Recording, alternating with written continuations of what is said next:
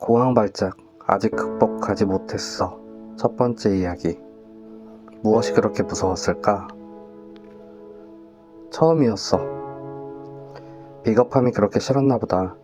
그날은 사랑하는 와이프를 앞세워 부모님께 구걸을 하러 가던 날이었다. 자금도 하나 없이 무일푼으로 시작한 사업이 조금씩 정상가도를 달려나가나 싶더니만 다시 어려워지고, 그래도 할 수 있다고 이런저런 시도를 하던 어느 날 미친듯이 심장이 떨려오기 시작했다.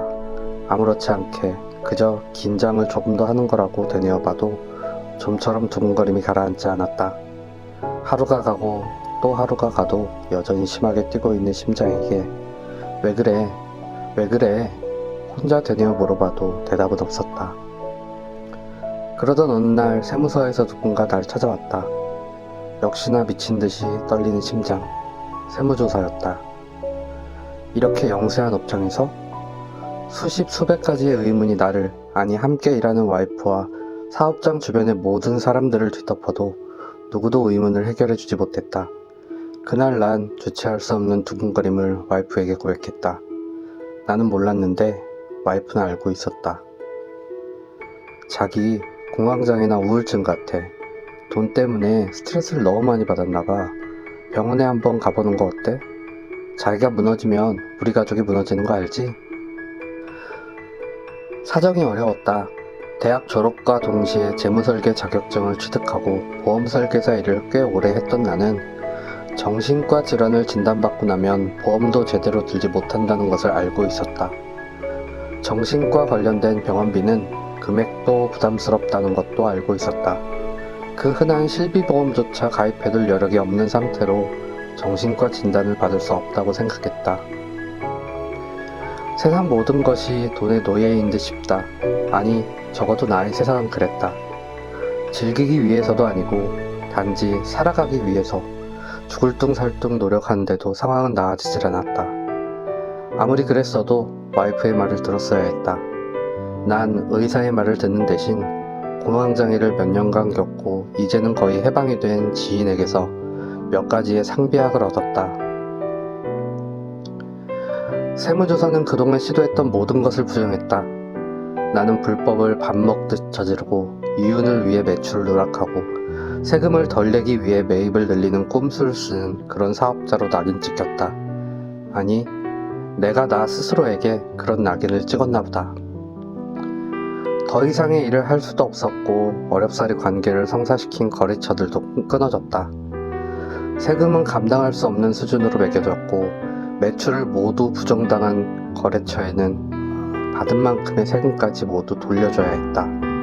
그럼에도 불구하고 폐업을 선택하지 못한 것은 지금의 일마저 없다면 살아갈 수조차 없다는 어떤 오기인 듯 싶다.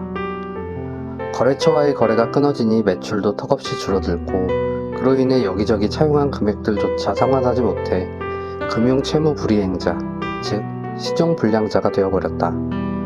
사업장에 법원에서 빨간 딱지를 붙이고 돌아갔다. 나는 지인이 준 신경안정제를 입속에 우겨 넣을 수밖에 없었다. 그때라도 와이프의 말을 들었어야 했다. 아무리 돈이 아까워도 그랬어야 했다. 집에 계약이 끝나 이사를 가야 했다. 갑작스레 사업장의 건물주가 사업장을 빼라고 요구해왔다. 사업은 어려워지고 새로운 집과 새로운 사업장을 구해야 했다.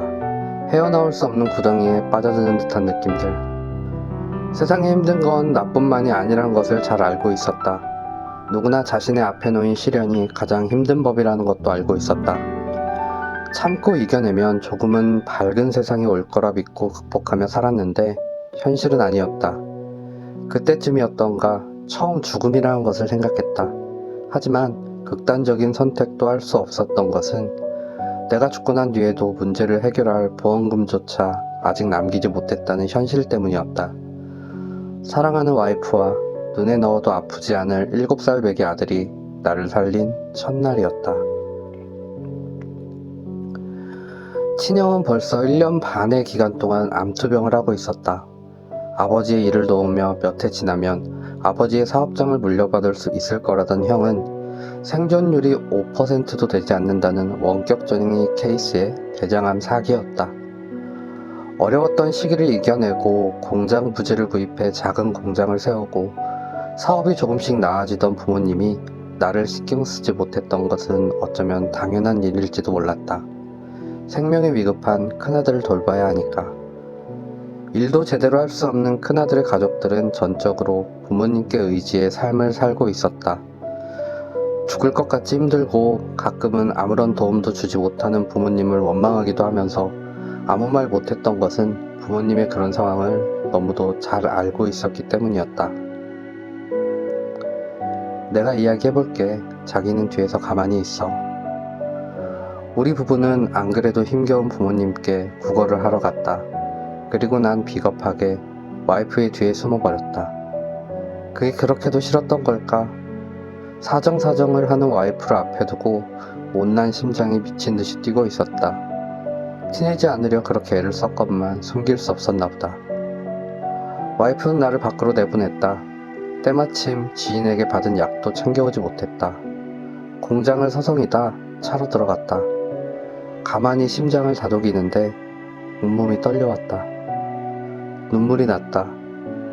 무엇이 그렇게 무서웠을까? 입을 틀어막아도 비명소리가 났다. 5분, 10분. 그렇게 아무도 모르게 세상이 주는 공포를 처음 맞이했다. 잠시 떨림이 멈추었을 때 그때 밖으로 나왔어야 했다. 무엇이라도 했어야 했다. 하지만 그러지 못했다. 안에서는 아직도 힘들게 와이프가 이야기를 하고 있을 테고 발작이 멈췄어도 난 아직 비겁한 남편이자 아들이었으니까.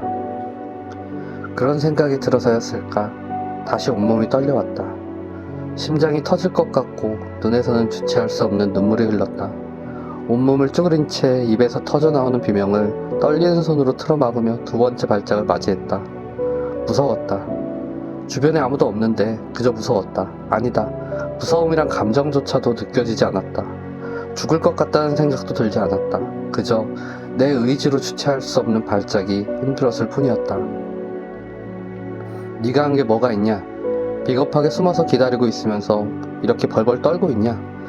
하는 것도 없으면 이딴 발작도 참아야지. 그것도 못 참고 소리 지르고 있냐? 나는 나 스스로에게 그렇게 이야기했다.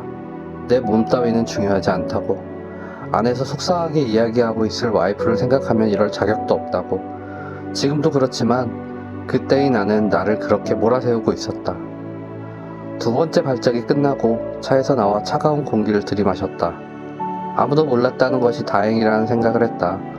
평생을 살아오며 한 번도 겪어보지 못한 상황을 30-40분 동안 2번이나 겪었는데 그마저도 아무도 몰랐으니 나만의 비밀로 간직하려고 했다. 그때 다시 온몸이 떨려왔다. 눈물이 나오려고 했다.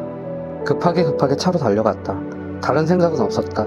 그저 나 혼자만 끙끙대면 된다는 생각에 혼자만의 공간으로 달려갔을 뿐이었다. 또다시 찾아온 미친 듯한 떨림. 온몸을 펴지도 못하고 두 손으로는 비명을 주체하지 못하는 미련한 입을 틀어막으면서 세 번째 발작을 맞이했다. 혼자만 알고 있었으면 하는 그 정도 바람도 하늘은 이루어지지 않았다. 때마침 와이프와 부모님이 밖으로 나왔고 누구에게도 보여주기 싫은 모습을 보이고 말았다. 다급하게 나를 끌어안고 달래주려는 사람들. 그 와중에 멈추지 않는 떨림과 비명. 나는 그저 힘없이 자기 감정을 주체하지 못하는 하나의 동물에 불과했다. 무엇이 그렇게 무서웠던 것일까? 비겁함? 돈? 가족의 시선? 세상의 원망? 모르겠다. 하지만 확실한 것은 지금 이렇게 시작된 발작이 다시 일어나는 것이 더없이 무섭다는 사실이다.